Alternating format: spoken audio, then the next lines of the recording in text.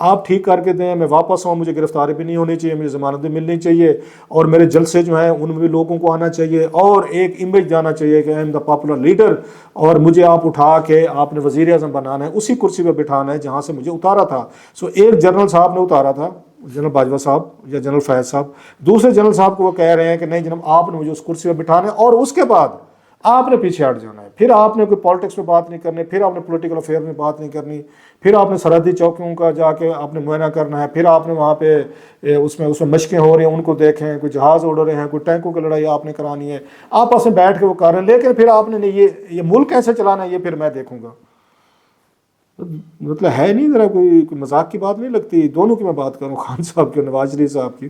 یہ کیسے ہو سکتا ہے کہ کوئی جنرل جو ہیں وہ سیاسی طور پر آپ کو سپورٹ دے رہے ہیں، آپ ان سے سپورٹ لے رہے ہیں، اور ایک سٹیج پہ کہتے ہیں کہ اب میں بن گیا ہوں، اب آپ نے نہیں کرنی، مینوورنگ نہیں کرنی. وہ کہتے ہیں ایک دفعہ منہ کو لہو لگ جائے تو پھر آپ کے لیے مشکل ہو جاتا ہے کہ آپ ایک دفعہ سیاسی جرنل ہو گئے تو پھر تو آپ باقی معاملات میں بھی آپ انٹرفیئر کرنے کی کوشش کرتے ہیں، کیونکہ آپ کا بیگیج بن چکا ہوتا ہے. جنرل باجوہ صاحب پہ بھی یہ بوجھ تھا کہ جناب کہ خان صاحب کو آپ لائے ہیں، باجوہ ان پہ فیض صاحب پہ بھی تھا، اونرشپ لی ہوئی تھی، سب کو پتہ تھا کہ وہ لانے والے ہیں. انہیں یہ احساس ہوا کہ اگر ہم نے خان صاحب کو آگے بڑھ کر سپورٹ نہ دی ہر شعبے میں، تجارت میں، فائنانس میں، میڈیا میں، پارلیمنٹ میں، عدالتوں میں، نیب میں، اپنے مخالفین کو فکس کرنے، تو خان صاحب ناکام ہو گئے تو ہماری ناکامی ہوگی. So they got into it. Same میرا خیال ہے موجودہ بھی ہمارے اسٹیبلشمنٹ کے جنرل سوچتے ہوں گے جناب کہ اگر آپ لا رہے ہیں نواز شریف صاحب کو، جو ان کے رستے میں رکاوٹیں بنتی ہیں، بعض وہ پوزیشن بن جائیں، میڈیا بنے، عدالتیں بنے یا کوئی اور بنے، ہمیں ان کو فائٹ کرنا ہے اور ہمیں ان کو وہ چیزوں کو ریموو کر کے دینا ہے. اور کل کو پھر نواز شریف صاحب یہی کہیں کہ بھائی صاحب آپ کا کیا کام ہے پالیٹکس میں، آپ آتے ہیں اور پالیٹکس کو وہ کر لیتے ہیں. So it will be very interesting to see کہ اتنا سارا بیگیج جو ہمارے جرنلز لے رہے ہیں، اتنی اونرشپ لے رہے ہیں، جیسے جنرل باجوہ جنرل فیض نے لی تھی، اور بعد میں جو عمران خان صاحب نے ان کے ساتھ حشر کیا ہم نے وہ بھی دیکھا. تو کیا آپ وہی اونرشپ ہمارے اس وقت سٹنگ جو ہماری اسٹیبلشمنٹ ہے جو اس کو چلا رہے ہیں وہ بھی لے رہے ہیں؟ کیا وہ بھی اتنا بڑا رسک لے رہے ہیں جتنا جنرل باجوہ صاحب نے لیا تھا؟ بہتر نہیں تھا جو بات انہوں نے کی تھی، ایک دفعہ پریس کانفرنس کی تھی D G I S I نے، اور انہوں نے ابھی جنرل باجوہ صاحب اس وقت وہ تھے آرمی چیف تھے، اس میں آئی ایس پی آر کے جنرل صاحب کے ساتھ کہ ایک بڑا سوچا سمجھا ہم نے فیصلہ کیا ہے کہ اب آئندہ جو ہم پالیٹکس میں نہیں آئیں گے. اور یہ بات انہوں نے کہا کہ اگلے 20 سال تک کے لیے جتنے جنرل جو ہیں نا اس وقت ہمارے سینئر جنہوں نے بننا ہے آرمی چیف یا کور کمانڈر، ان تمام کے ساتھ بات کر کے ہم یہ بات آپ کو کہہ رہے ہیں کہ اب ہم پالیٹکس میں نہیں آئیں گے. دین واٹ ہیپنڈ؟ سو لہٰذا چیزیں جو ہے نا وہ آپ کو اس طرح لگتی نہیں ہے. تو لہٰذا اب نواز شریف صاحب سارا بوجھ وہ انہیں پہ ڈال رہے ہیں کہ آپ مینیج کر کے دیں. اب وہ کیسے مینیج کر کے دیں؟ دے آر انڈر پریشر کہ لوگوں کو کیسے لایا جائے. چلو باقی چیزیں تو آپ اور میں مینیج کر لیں گے، لوگوں کو جلسوں میں کیسے لیا جائے؟ مریم صاحبہ نے لوگ اکٹھے کرنے کی کوشش کی، رانا ثناء اللہ ایک ایپ بنا رہے ہیں، ایپ پہ حاضری لگے گی. کوئی کہہ رہا ہے جی لاٹری چلنے والی ہے کہ کون بندہ کتنے لے کر آئے گا، تو اس کو موٹر سائیکل دیں گے، کسی کو چابی دیں گے، کسی کو گھڑی دیں گے، کسی کو چین دیں گے.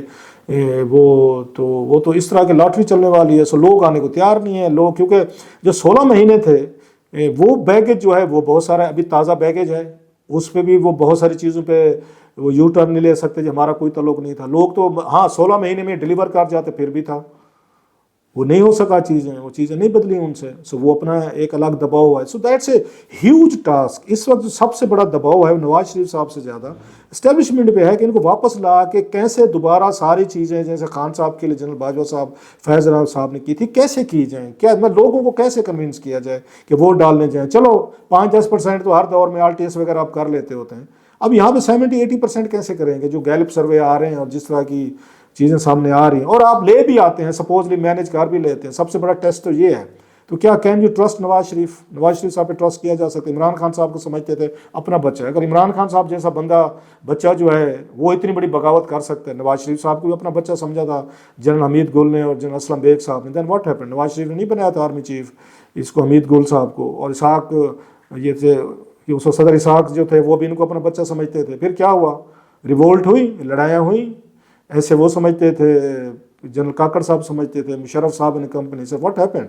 سو وہ ٹریک ریکارڈ بھی ہے آپ کے پاس. سو ڈیفینیٹلی اس وقت میں سمجھتا ہوں پاکستان اسٹیبلشمنٹ کا بڑا ٹیسٹ ہے رادر دین نواز شریف صاحب کے ٹیسٹ ہونے سے کہ ان کو بنانا بھی ہے. یہ بھی طے ہو چکا ہے کہ وہ واپس آتے ہیں تو he will be the prime minister. وہ تو اس پہ شہباز شریف صاحب نہیں ہے، نواز شریف صاحب ہی وزیر اعظم ہیں.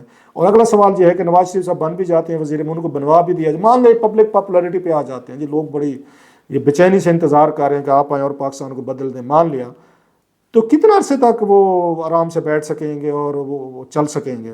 اتنا بڑا فیصلہ وہ کرے کہ نہیں نواز لیگ کہ اب شہباز شریف کو آنے دیں. شہباز شریف صاحب جیسے تیسے تھے, انہوں نے 16 مہینے گزارے 13 پارٹیز کو لے کے. نواز شریف صاحب تو نہیں لے سکتے تھے.